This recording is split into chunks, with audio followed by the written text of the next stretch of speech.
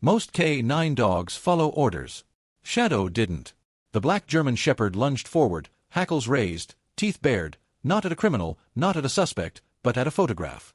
His bark ricocheted through the polished marble halls of the Ironwood Community Center, shattering the quiet afternoon like glass against stone. At first, people laughed. A dog barking at a picture? That's nothing. But then Shadow didn't stop. He barked, he snarled, he clawed at the wall, his nails scraping against wood until they left pale scars. The sound rolled down the hall in sharp, jarring echoes, pulling in curious onlookers, parents holding kids' hands, and a few city employees leaning out of office doors. Officer Ethan Cole felt his stomach tighten. He had worked with Shadow long enough to know this wasn't random. This wasn't boredom. His partner was locked in. Fixated. And that never meant anything good. The photo that drew Shadow's fury was nothing controversial, at least not on the surface. It was a large, framed portrait of Richard Hale, a man whose name meant scholarships, fundraisers, community cleanup days. He was the face plastered on billboards when the town needed hope after a flood, the name listed at the top of every donor plaque. He was, by all accounts, a savior of Ironwood. So why was Ethan's dog ready to tear his photograph from the wall? "Cole, call your dog off," someone shouted from down the corridor. "You're scaring the kids." Ethan tugged the leash, but Shadow planted his paws and refused to move. His throat ripped with another bark so deep and guttural it rattled the glass frame. That's when it happened. A small boy, 5 years old, no taller than the officer's waist, stepped out from the line of his classmates. His cheeks were pink from the brisk Oregon air outside, his little backpack dangling off one shoulder. He raised a trembling hand and pointed directly at the portrait. His voice was barely a whisper, but it cut through the commotion like a knife. "That's him," the boy said. "That's the man who took my friend." For a beat, silence. Total, absolute silence. Ethan's hand froze on the leash. Parents stared at the child, stunned. A teacher hurried to shush him, her voice shaky, embarrassed. "Caleb, honey, that's not, he's confused. He doesn't know what he's saying." But the boy didn't look confused. He didn't look playful. He looked terrified. His small chest rose and fell too fast, his bottom lip quivering. He clung to the strap of his backpack like it was a lifeline, his eyes fixed on the smiling face of Richard Hale in the portrait. Shadow barked again, the sound booming through the hall like an accusation. Ethan bent down, lowering himself to the boy's level. "Hey, buddy. What's your name?" The boy swallowed, eyes darting between the officer and the portrait. "Caleb. Caleb, what did you just say?" The teacher intervened, her tone firmer now. "Officer, please. He's just tired. We've been on a field trip all morning. Kids say all sorts of things." But Caleb shook his head so hard his hair fell into his eyes. He jabbed his finger at the photo again, his voice breaking into a cry. "He took my friend. He took Danny." Gasps rippled through the group of parents. Some pulled their children closer. Others exchanged nervous glances. Everyone in this town knew Richard Hale. And everyone knew that accusing him of something so dark was like throwing gasoline on a fire you couldn't put out. Ethan straightened slowly, the weight of the moment pressing on his chest. He looked down at Shadow, whose entire body trembled with intensity, muscles taut, eyes never leaving the portrait. This wasn't a coincidence. His partner smelled something no one else could detect. But how could a 5-year-old boy and a dog share the same impossible suspicion? Earlier that day, Ethan had felt off. He couldn't explain it. The morning mist over Ironwood had been heavier than usual, clinging to the pine trees, swallowing sound. Shadow had been restless in the cruiser, pacing in the back seat, whining under his breath. By the time the call came in, a routine disturbance at the community center, Ethan had almost welcomed it. A distraction. A chance to shake off the unease. He never imagined it would come to this. Now, standing in the center's long hallway, with fluorescent lights humming overhead and parents whispering in disbelief, Ethan realized something far bigger than a disturbance had just landed in his lap. "Officer Cole," a city staffer said nervously, gesturing toward the dog, "you need to control your animal." Shadow lunged again, paws hitting the wall just beneath the frame. The photograph rattled. Caleb whimpered and ducked behind Ethan's leg. "Shadow, heel," Ethan ordered, tugging hard. But the dog only growled, low and threatening, as if daring the smiling man in the portrait to step down from the frame. Ethan crouched again, lowering his voice. "Caleb, who's Danny?" The boy's eyes welled with tears. "My friend. He was playing with me at the park. A man said he had candy. Danny went with him. He didn't come back." Ethan's heart clenched. Every cop had cases that kept them awake at night. For him, it was the missing kids, the ones whose names never made it past a flyer on a grocery store bulletin board.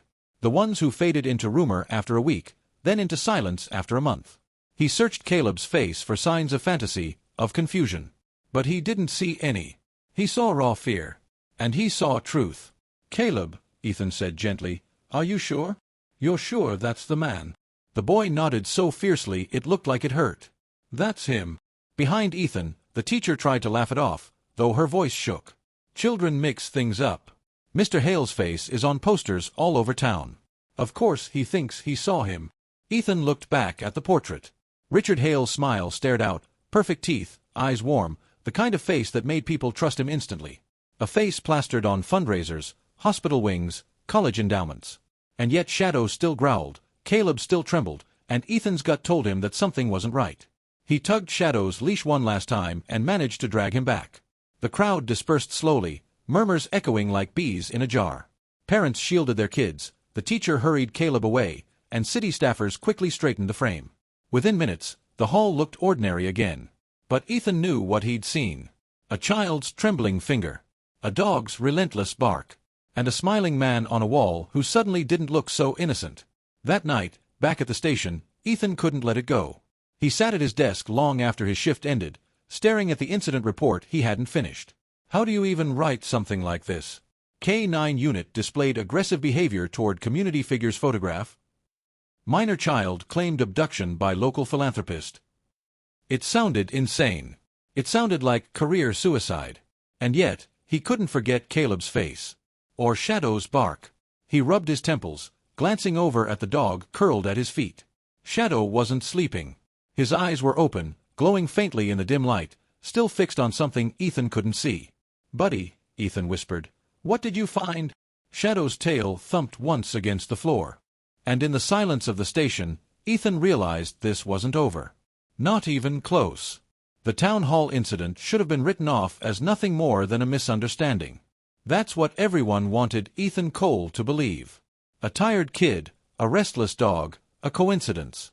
But Ethan couldn't stop thinking about it.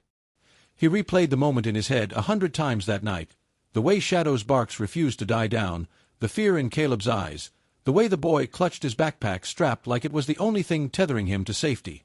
He didn't sleep much. By the time dawn rolled across Ironwood, he was already at the station, sipping bitter coffee that had sat in the pot too long. Shadow sat at his feet, still unusually tense, ears pricked at every sound. Ethan leaned back in his chair and muttered, "You're not letting this go either, huh?" The dog lifted his head, eyes steady, like he understood. Later that morning, Ethan requested to speak with Caleb again. He framed it carefully to the teacher and the boy's parents. Just follow-up questions, nothing serious, nothing to worry about. The parents, a young couple who looked as tired as they did protective, agreed reluctantly. They met in a small interview room at the station. The walls were bland, the kind of beige that made you forget color existed, but Ethan kept the lights soft and left Shadow in the room to put Caleb at ease. The boy lit up the moment he saw the dog, rushing forward to hug him. Shadow responded with a low chuff, licking the boy's cheek once before sitting calmly at his side. That was the thing about Shadow. He knew when to be fierce and he knew when to be gentle. Right now, his posture was relaxed, but his eyes stayed alert, flicking to Caleb's parents and back again. Ethan crouched to Caleb's level. "Hey, buddy. Remember me from yesterday?" Caleb nodded, small fingers tangled in Shadow's fur. "You did a really brave thing, speaking up," Ethan said softly. "But I need to understand a little more. Can you tell me about your friend Danny?" Caleb's parents exchanged a glance, worry etched across their faces. His mom opened her mouth to protest, but Ethan held up a hand. "I promise I'll be careful. Just a few questions." Caleb bit his lip. "Danny's my best friend. He likes dinosaurs. We play at the park." His voice cracked a little, but he pressed on. "One day, a man came with a white van. He said he had candy inside. Danny went. He didn't come back." Ethan felt his gut tighten. This wasn't the rambling of a child making up stories. The details came too quick, too specific. He kept his voice steady. "And the man? You think it was the same man from the picture at the community center?" Caleb's nod was sharp, certain. Yes. That man. His parents shifted uncomfortably. Officer, with all due respect, Caleb's father said, kids watch TV, they see faces everywhere. Richard Hale is. I know who he is, Ethan cut in, maybe a little too firmly.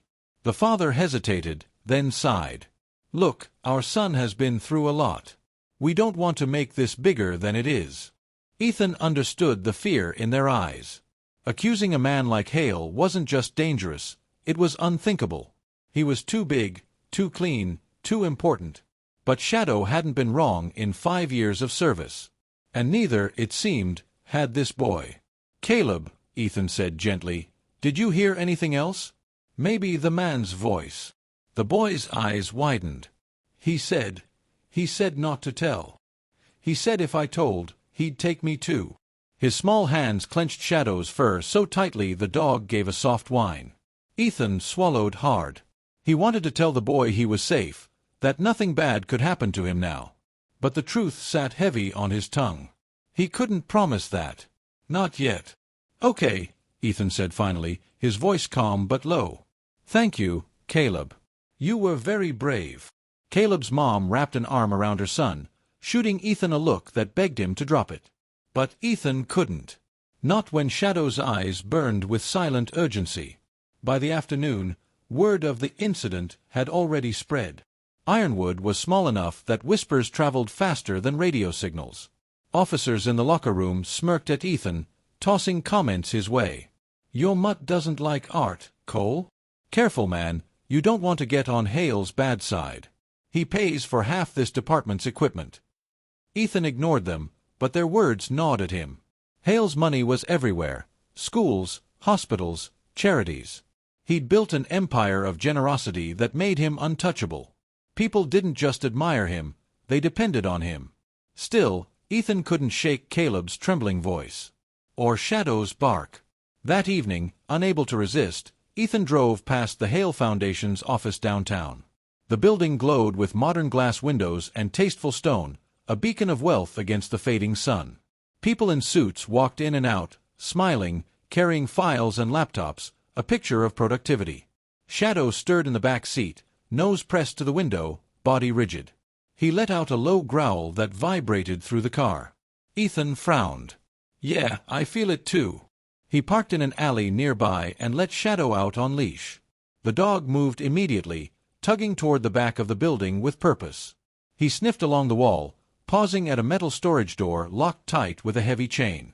He scratched once, twice, then sat back and barked, short, sharp, insistent. Ethan's pulse quickened. He glanced around. No one else was in the alley. He bent to study the door. Nothing unusual. No sound, no smell his human senses could pick up. But Shadow refused to move, pawing at the ground as if digging for something buried. Not now, buddy, Ethan muttered, though his gut twisted. He tugged the leash, and this time Shadow obeyed, reluctantly. But as they walked back to the cruiser, Ethan's eyes drifted to the windows above, where silhouettes moved in Hale's office. One of them looked down toward the alley for a long moment before stepping away. Ethan's hand tightened on the leash. At home that night, Ethan sat on his porch with a cold beer in one hand and Shadow lying at his feet. The cicadas buzzed in the summer heat, and for a moment, the world felt normal. But normal never lasted in Ironwood. Not when you started pulling at the wrong threads. His phone buzzed. A text from an unknown number. Stop asking questions. Some things are bigger than you. Ethan stared at it, heart thudding. He glanced at Shadow, who had lifted his head, ears perked, body alert again. Guess we're not imagining this, Ethan whispered. Shadow's tail gave a single, sharp thump. Ethan deleted the message, pocketed the phone, and took another sip of beer, though it didn't taste right anymore. This wasn't just about a dog barking at a picture. Something in Ironwood was rotten. And his partner was the only one who could smell it. By the third day, Ethan couldn't pretend anymore. He had tried, God knows he had. He filed his reports in careful, sterile language. He showed up for his patrol shifts and responded to noise complaints, fender benders, and the usual domestic calls. But no matter what he did, his thoughts circled back to the same two images.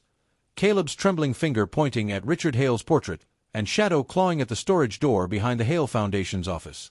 He knew what every other cop in Ironwood would say. Let it go. Don't stir up trouble. Don't go after a man who built half the town's soccer fields. But Shadow wasn't letting it go. And if Ethan was being honest, neither was he. It was Friday evening when he finally gave in. The town had emptied out for the weekend, families heading to the lake, teenagers cruising Main Street, old-timers posted up outside the diner. That was the good thing about a place like Ironwood. People noticed when you acted different, but they also looked away if you didn't give them a reason to look closer. Ethan parked his cruiser 2 blocks from the Hale Foundation and walked the rest of the way with Shadow at his side. The dog was alert the moment his paws hit the sidewalk, nose to the air, muscles tight. His leash strained as he pulled toward the alley again, the same one behind the office where the metal door sat like an accusation. "All right, buddy," Ethan muttered, glancing over his shoulder. "One more look. Just to quiet you down." But Shadow didn't quiet down. Not this time. He lunged straight to the door and began scratching furiously, his claws screeching against steel. The sound set Ethan's teeth on edge. He crouched down, ran his hands along the seam of the door, searching for something he hadn't seen before. That's when he noticed it. A faint streak of chalk dust near the bottom hinge. Pink. Not the kind of chalk construction workers used. No, this was sidewalk chalk. The kind kids used to draw hopscotch squares. Ethan's chest tightened. He glanced down the alley. Empty. He tugged gently on the handle. Locked. Of course it was. But Shadow pawed harder, whining now, ears flat against his skull. Ethan's rational side screamed at him to stop. This was trespassing, plain and simple. A cop breaking into a building owned by the town's most powerful man? Career ending didn't even cover it. But the chalk dust. The shoe in his memory from unsolved cases. Caleb's wide, fearful eyes. He checked his surroundings again. No one. Just the buzz of a neon sign from the coffee shop across the street. "Fine," he whispered, pulling out his multi-tool. 5 minutes. The lock gave after 4.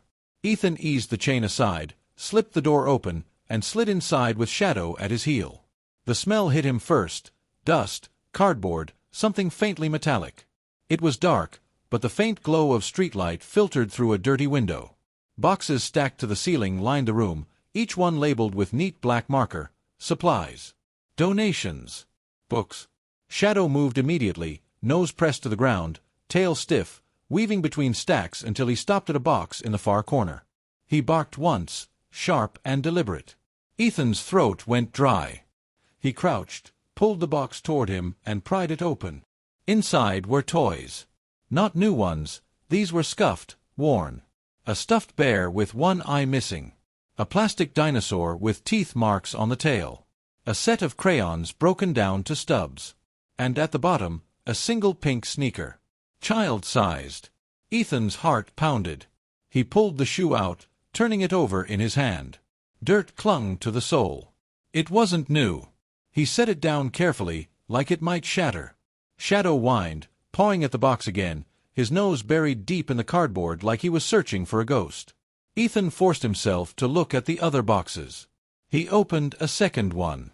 More of the same. Dolls, race cars, tiny backpacks. Things that belonged to children.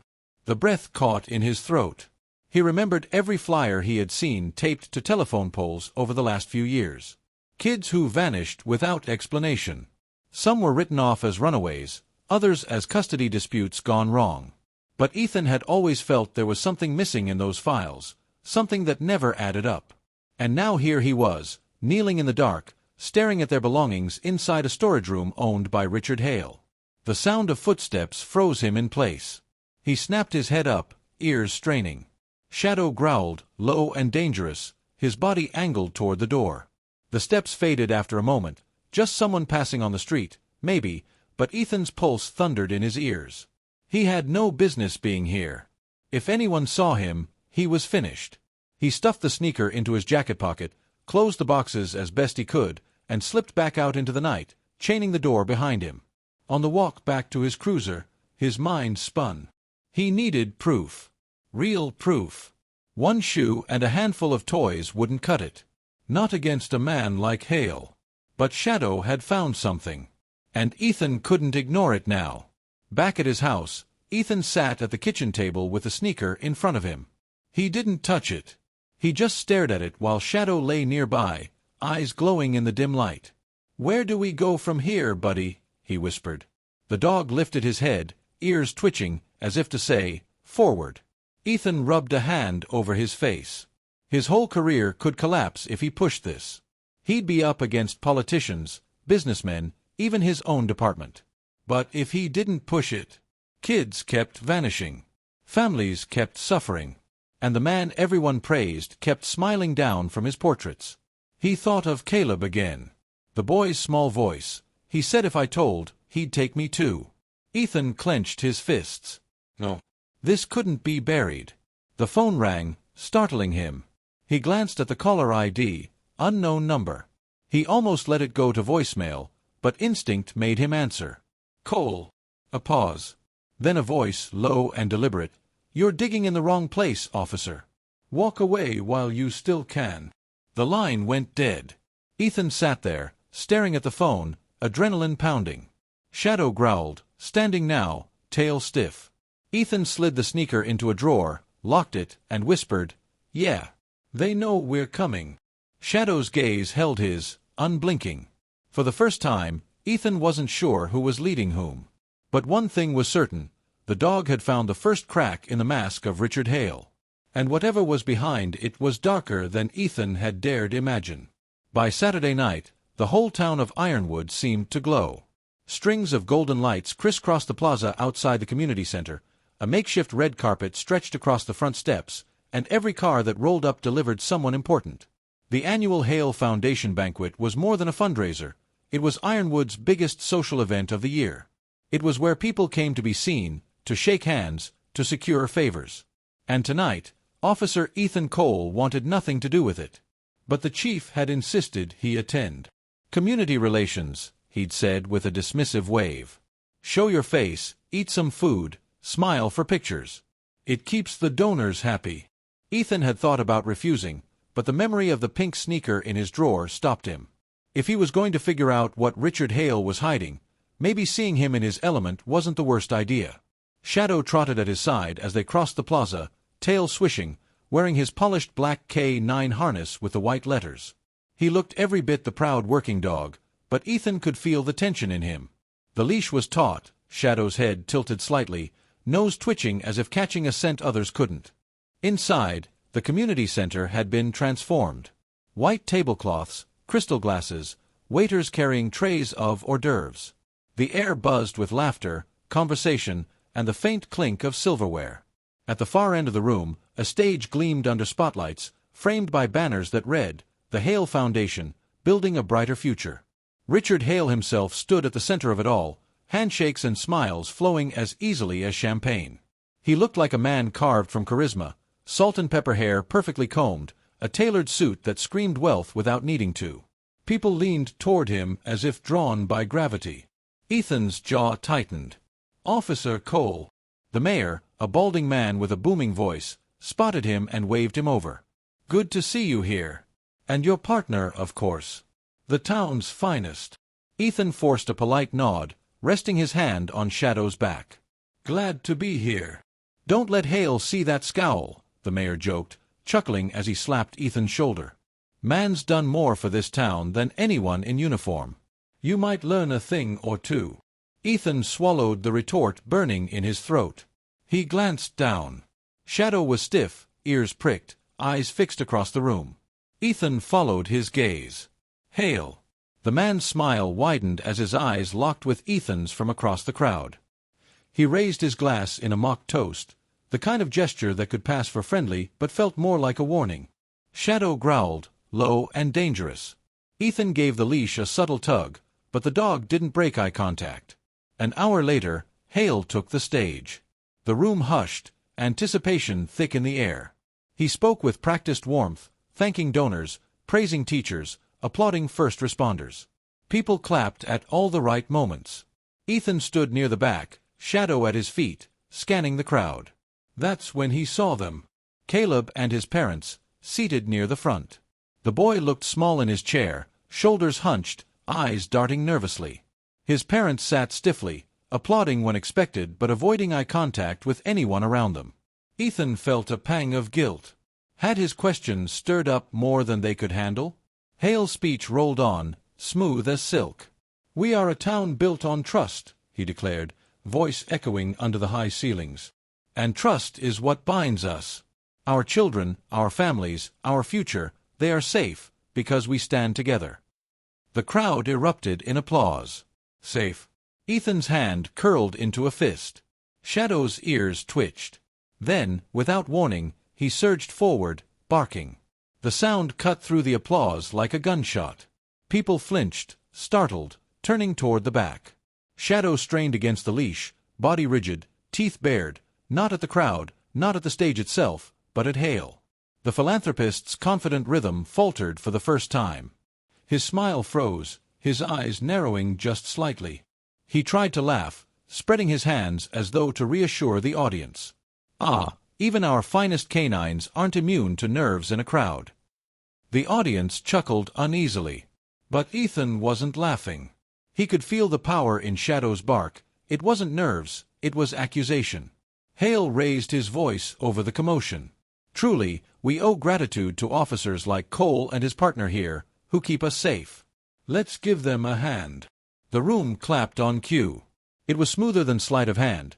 Hale had flipped the tension into applause, turning Shadow's outburst into another opportunity to praise law enforcement. But Ethan caught it. Just for a split second, Hale's mask slipped.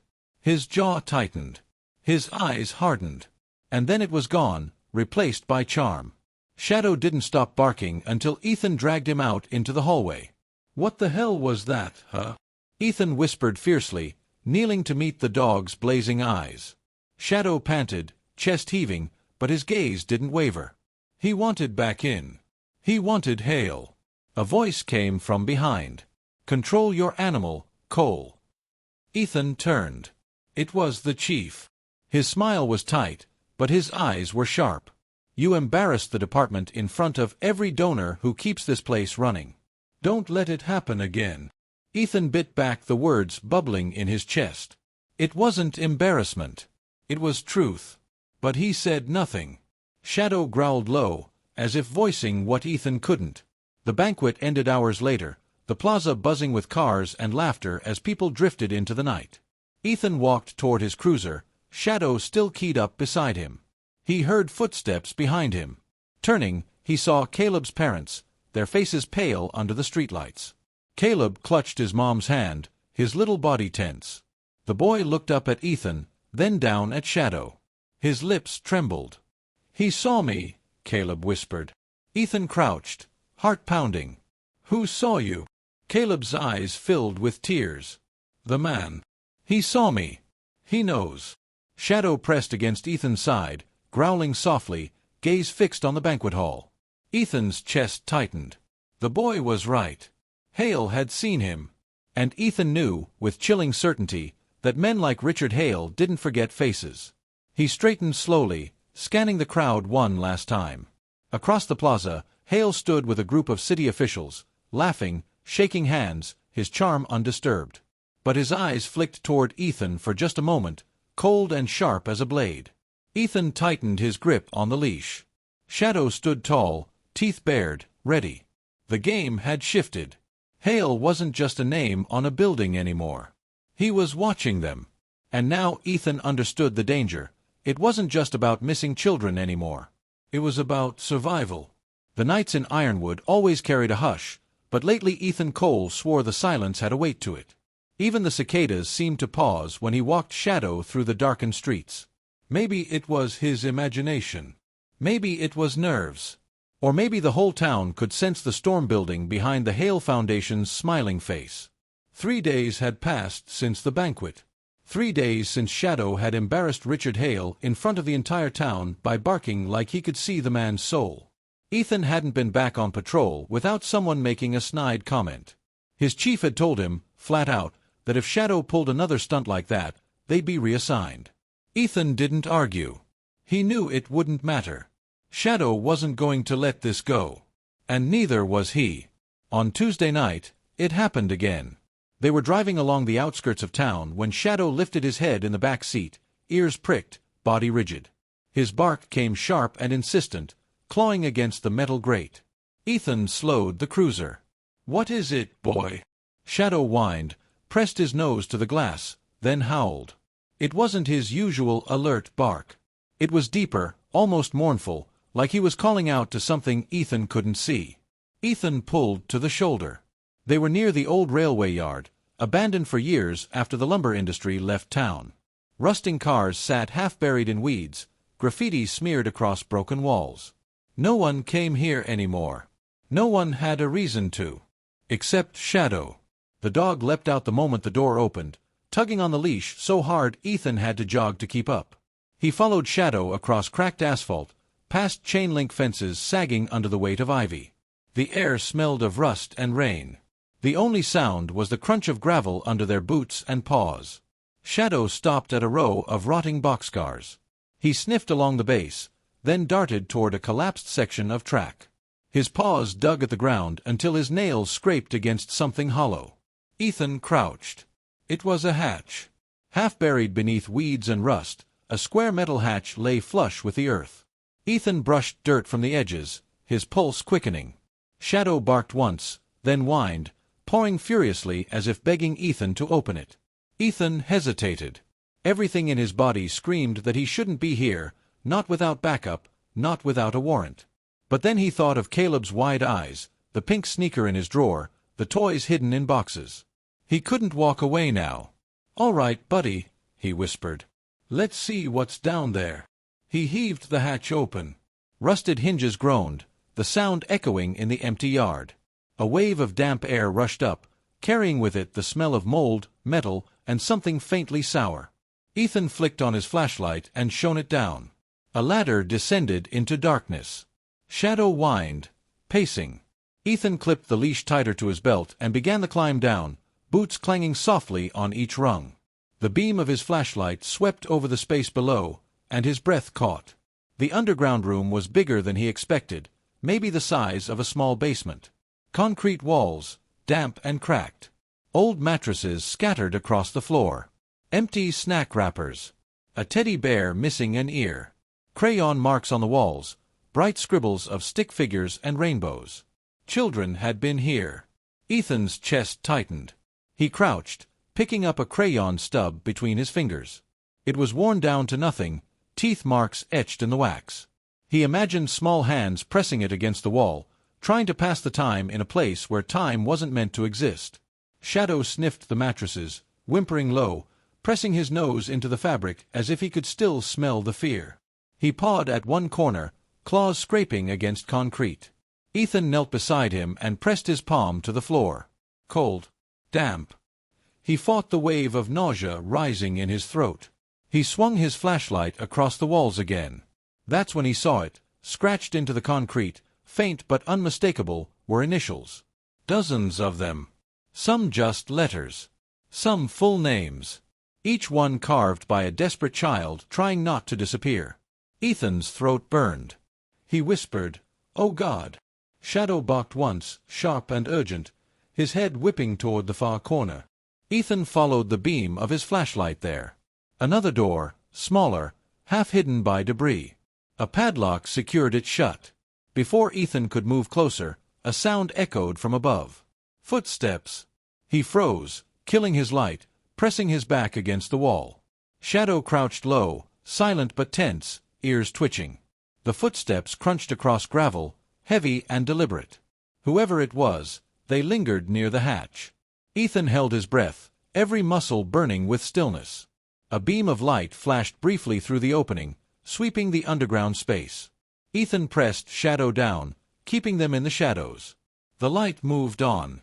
Then the footsteps retreated, slow and steady, fading into the night.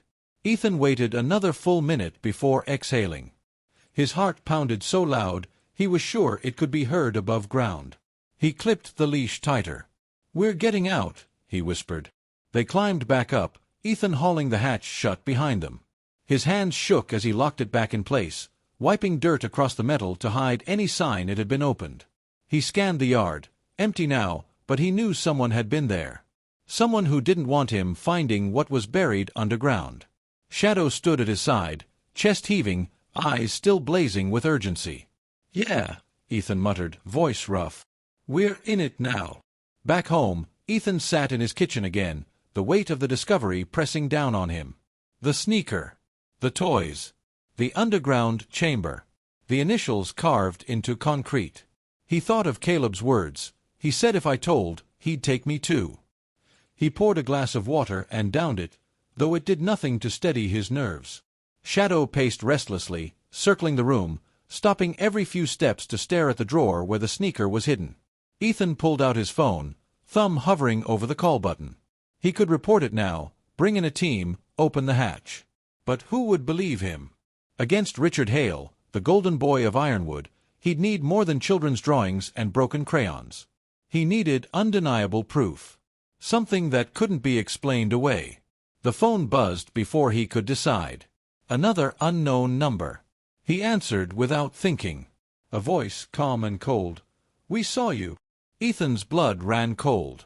"Who is this?" A pause. Then, "Walk away, officer. Or next time, it won't be an empty room you find." The line went dead. Ethan stared at the phone, rage and fear warring in his chest. Shadow growled, tail rigid, staring at the window as if he expected someone to appear outside. Ethan leaned forward, his voice barely above a whisper. "They know. They know we're getting close." Shadow sat at his side, pressing against him, eyes unblinking. Loyal. Fierce. Ready. For the first time, Ethan realized the truth. This wasn't just an investigation anymore. It was a war. And his only ally was sitting at his feet, teeth bared, waiting for the next move. The threat over the phone still echoed in Ethan Cole's head long after the line had gone dead. "We saw you." Those 3 words told him everything. He and Shadow weren't just poking around anymore. They were being watched. But pulling back wasn't an option. Not after the underground chamber. Not after the initials carved into concrete walls. Not after Caleb's trembling voice. Shadow paced the kitchen like a caged wolf, nails clicking against the tile. Ethan sat at the table, staring at the sneaker locked away in his drawer. It wasn't just evidence, it was a promise. Proof that the children of Ironwood hadn't simply vanished. They had been taken. And now, Shadow was ready to show him the rest. 2 nights later, the call came in. Not through dispatch. Not through any official channel. It was Caleb's father. His voice shook so hard Ethan almost couldn't understand him. They followed us," the man whispered. "A black SUV. They pulled up near the house. Caleb swears he saw Danny in the back." Ethan's blood went cold. "Danny. The missing boy. Where are you now?" Ethan demanded. "At my brother's place, out on Pine Hollow Road." I don't know what to do." "Stay there," Ethan said. "Lock the doors. Don't answer to anyone but me." He hung up, grabbed his jacket, and Shadow was already at the door, muscles coiled, eyes blazing. The dog knew. Somehow, he always knew. The trail led them back toward the industrial edge of Ironwood, past shuttered warehouses and rusting train lines. Shadow's nose pressed to the ground, pulling Ethan down gravel paths until they reached a low building tucked behind stacks of shipping containers. The place looked dead. Windows boarded up, door chained. But Shadow didn't hesitate. He lunged toward the side, dragging Ethan to a hidden entrance. A service door cracked just enough to show light bleeding through. Ethan crouched, heart pounding. He drew his weapon, pressed his ear against the metal. Voices. 2 men. One laughed, the sound sharp and cruel. Shadow growled low. "All right, buddy," Ethan whispered. "Quiet this time. We do this smart." But Shadow had other plans. The dog shoved forward with a sudden force that startled Ethan, slamming the door wide. The voices inside cut off instantly. Ethan raised his weapon as Shadow bounded in, teeth bared, a blur of black fur and muscle. The room was small, lit by a single hanging bulb. Crates lined the walls. In the middle, 2 men in dark clothes froze, caught off guard. One reached for his waistband. Shadow hit him first, jaws clamping around his arm, dragging him down with a scream. The second man bolted for the door on the far side. Ethan fired a warning shot into the air. "Police! Don't move!" The man skidded, hands up, eyes wild. And that's when Ethan saw him. In the corner, half hidden behind a crate, was a small figure. Thin, pale. A boy. His wrists bound, his clothes dirty. His wide eyes blinked against the light.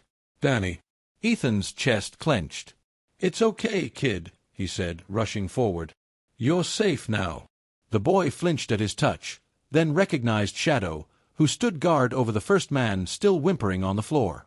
Tears welled in Danny's eyes as he whispered, "I knew he'd find me." Ethan swallowed hard, cutting the ropes with his pocket-knife. He wanted to scoop the boy up and run, but they weren't out yet. "Come on, we're leaving." Danny clung to his arm as they moved. Shadow growled, herding them toward the door. The second man muttered, voice shaking, "You don't know what you're messing with. Hale's bigger than you, bigger than this town. You'll regret this." Ethan turned, rage boiling in his chest. "Tell Hale he picked the wrong cop. And the wrong dog." Shadow barked, sharp and final, sealing the promise. They made it out without gunfire, but Ethan knew this was only round one. Hale's men wouldn't stop. Not now that Ethan had taken something back. By the time they reached Caleb's family, the boy was asleep in Ethan's arms, head resting against his shoulder. Caleb ran from the porch when he saw them, tears streaming down his cheeks. "Danny!" he cried, throwing his arms around his friend. The two boys clung to each other, their sobs muffled against the night. Caleb's parents wept openly, thanking Ethan over and over, but he could barely hear them. His gaze drifted to Shadow, who sat tall in the yard, ears forward, watching the dark tree line like he expected shadows to move. Because Ethan knew they would. Back at the station, Ethan logged Danny's return as rescue by patrol intervention. Sterile words. Safe words. He didn't include the warehouse. He didn't include Hale. If he did, the report would vanish into a file drawer, rewritten by someone higher up. But he had the shoe, the drawings, the chamber, and now a living witness. It wasn't enough to bring Hale down. Not yet. But it was a start. Shadow lay by his side, head resting on his paws, eyes half closed but still alert. Ethan reached down, scratching behind his ear. "You did it," he murmured. "You found him." The dog's tail thumped once against the floor. Ethan leaned back, staring at the ceiling of the quiet station. He knew what was coming. Hale would come after them. Maybe not tomorrow, maybe not next week, but soon. He would use his money, his power, his influence. But Ethan had something Hale would never understand. A partner who couldn't be bribed. A dog who never let go of the scent. And a town that was about to learn the truth, piece by piece. The next morning, headlines exploded with the news. Missing boy found alive. No one mentioned Ethan. No one mentioned Shadow. The story credited community efforts, anonymous tips, good fortune. Hale himself gave a statement, praising law enforcement for their tireless dedication. But Ethan watched the man's face on the TV in the station lounge. Behind the polished words and perfect smile, he saw the flicker of fear. Hale knew Ethan was closer now. And Shadow knew it too. As the sun set over Ironwood, Ethan sat on his porch with Shadow at his feet, Caleb and Danny playing in the yard under their parents' watchful eyes. For the first time in weeks, laughter drifted through the air. For the first time, hope didn't feel like a lie. Ethan took a deep breath. The fight wasn't over. But tonight, a child was home. Tonight, Shadow had won. And that was enough to keep going. Thank you for staying with this story until the end. Shadow and Ethan's fight is only beginning, but one boy's rescue proves that sometimes, even against impossible odds, the truth finds its way out. Backhand index pointing right now. I'd love to hear from you. If you were in Ethan's place, would you risk everything to keep pushing against someone as powerful as Richard Hale, or would you walk away to protect yourself and your family?